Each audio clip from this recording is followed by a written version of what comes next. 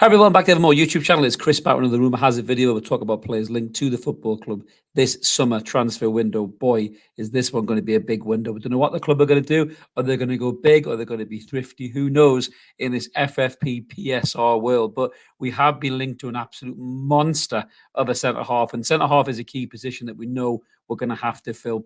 We've had bad long-term injuries to Sven Botman, who's our starting centre-half, alongside Fabian Schär, and also injuries to Lascelles as well, who's cover really for Schär or Botman. So we're definitely going to have at least one, if not two, centre-halves to come in. And this kid, wow, if he came in, could blow everything out of the water in terms of the rest of the league, because the thought of this lad fit alongside a Sven Botman, for example, no offence to the everlasting quality that is Fabian Schär, but that could be an unbelievable back to partnership to rival anybody in the Premier League. But we'll get stuck into this in a minute. Just before we do, little reminders we always say: smash subscribe, come and join us. All free content, Evermore. If you want to give a bit back to the channel, there is an option down there to be a member. You get early access to videos like this and the rant videos. It's well worth it for a couple of quid a month if you can spare it. If not, that's cool. Watch us on free. We're just happy to have you. Click the button and subscribe anyway. We're closing in on 7,500, and then 8,000 will be the next step. So let's get stuck into this player. And who am I waffling about? Well, I'm talking about this absolute monster of a centre-half, and it is Ousmane Diomande, who plays for Sporting Lisbon. And this kid is only 20 years old, and he's an absolute machine. He's 6'4". He's got pace, strength. He's good on the ball. Pretty much anything you can imagine that you want in a centre-half, this kid really has it. We'll go through his kind of red, amber, greens in a minute. As you can see, there's not many ambers. It's mostly green with a couple of little sprinkle of reds, which we'll cover. But the story goes is that apparently in Portugal, Newcastle are now in the driving seat to sign Diomande. And this is according to A Bolla, that says that we're pushing ahead with our pursuit of the Ivory Coast star. And apparently we're moving ahead of, you name it. This is a who's list of football clubs. Arsenal, Chelsea, Liverpool, City, Bayern Munich, Juventus have all scouted the lad. But it looks like Newcastle have been over there on more than one occasion. And we also watched him apparently in the African Cup of Nations as well. And we've been sounding him out over a potential summer move. Now, this all sounds great, all sounds gravy, doesn't it? But the issue that we have here, I think, is that Diomande's release clause is 80 million euros. That is a fair old chunk of cheddar. But hear me out a second. I think Newcastle might be willing to look at this and maybe do deals. And that's, I think, what they're talking about now. Port Lisbon, like anything else, they'll need money in the coffers, like any club. It's all run on finances now. It's all finely run on ins and outs and everything else. And Sport Lisbon will want to get money in to help them. I don't think they're in massive swathes of debt, but they're still in a situation where the more money coming in, the better.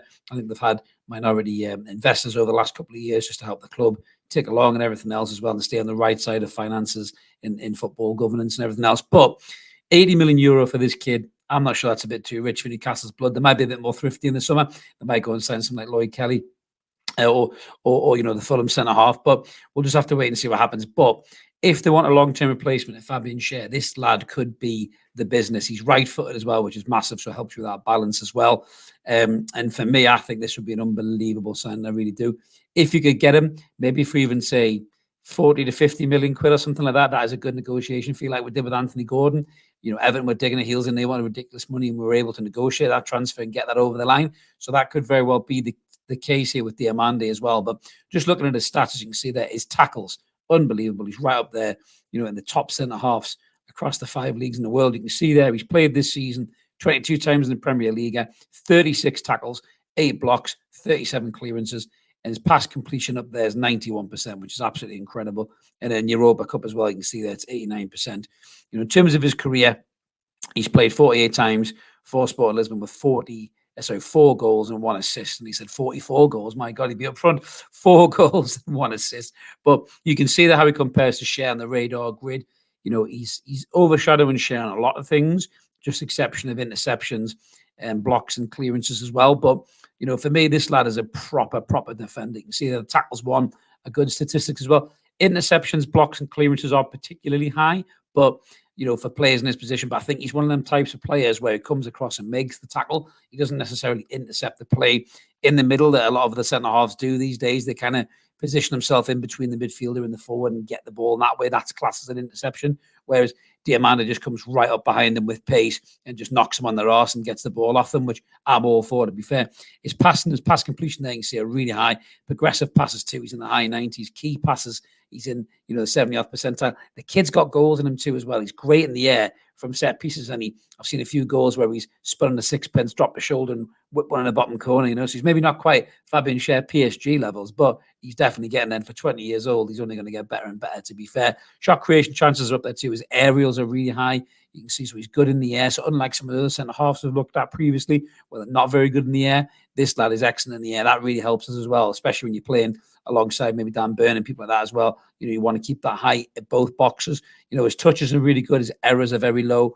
He's dispossessed very, very rarely as well, and his recoveries are really, really high. So for me, I think this kid would be a phenomenal addition to the squad. And to be fair as well, he fits that mould of what Newcastle United want to be, that young player that's on the lips of every big team in Europe who could be the next big thing. He's only had 7 caps for the Ivory Coast there, but he's very much, the next one off the conveyor belt. They're thinking of like Kolo Touré type play, Koulibaly, those types of strong African defenders that can play in European football and play at the highest level for years and years and years. And Diomande definitely fits that bill. Given us one thing that we really struggle for at the back right now is pace. We haven't got a lot of pace. So the weekend having Livramento and Hall, which me and Mark will talk about more tonight and what's going on. Real good bit of pace there, which really helped the back four. But last season, the back four was really strong. But this season, they've been subject to getting caught in behind by pace, either through the middle or out wide. And having an injection of that speed in that back four, like someone like Diomande can bring to you, I think would give us another outlet as well. But it would stop us getting caught in behind by quick strikers. And I think it would be an excellent asset to the team. But that is a hefty old pay packet there in terms of what we'd have to pay to release the lad from his contract at Sporting Lisbon. But this is going to be one of many players we'll be linked to this summer. It's going to be a hectic transfer window. Me and Mark will be over it as much as we can. Mark will fire up the old stack computer if it doesn't blow up in flames, the amount of players that will be linked to us. But let us know what you guys think in the comments below about Diomande. Would you have him? Do you think he's a little bit too rich for our blood? Do you think we're going to be a little bit more thrifty?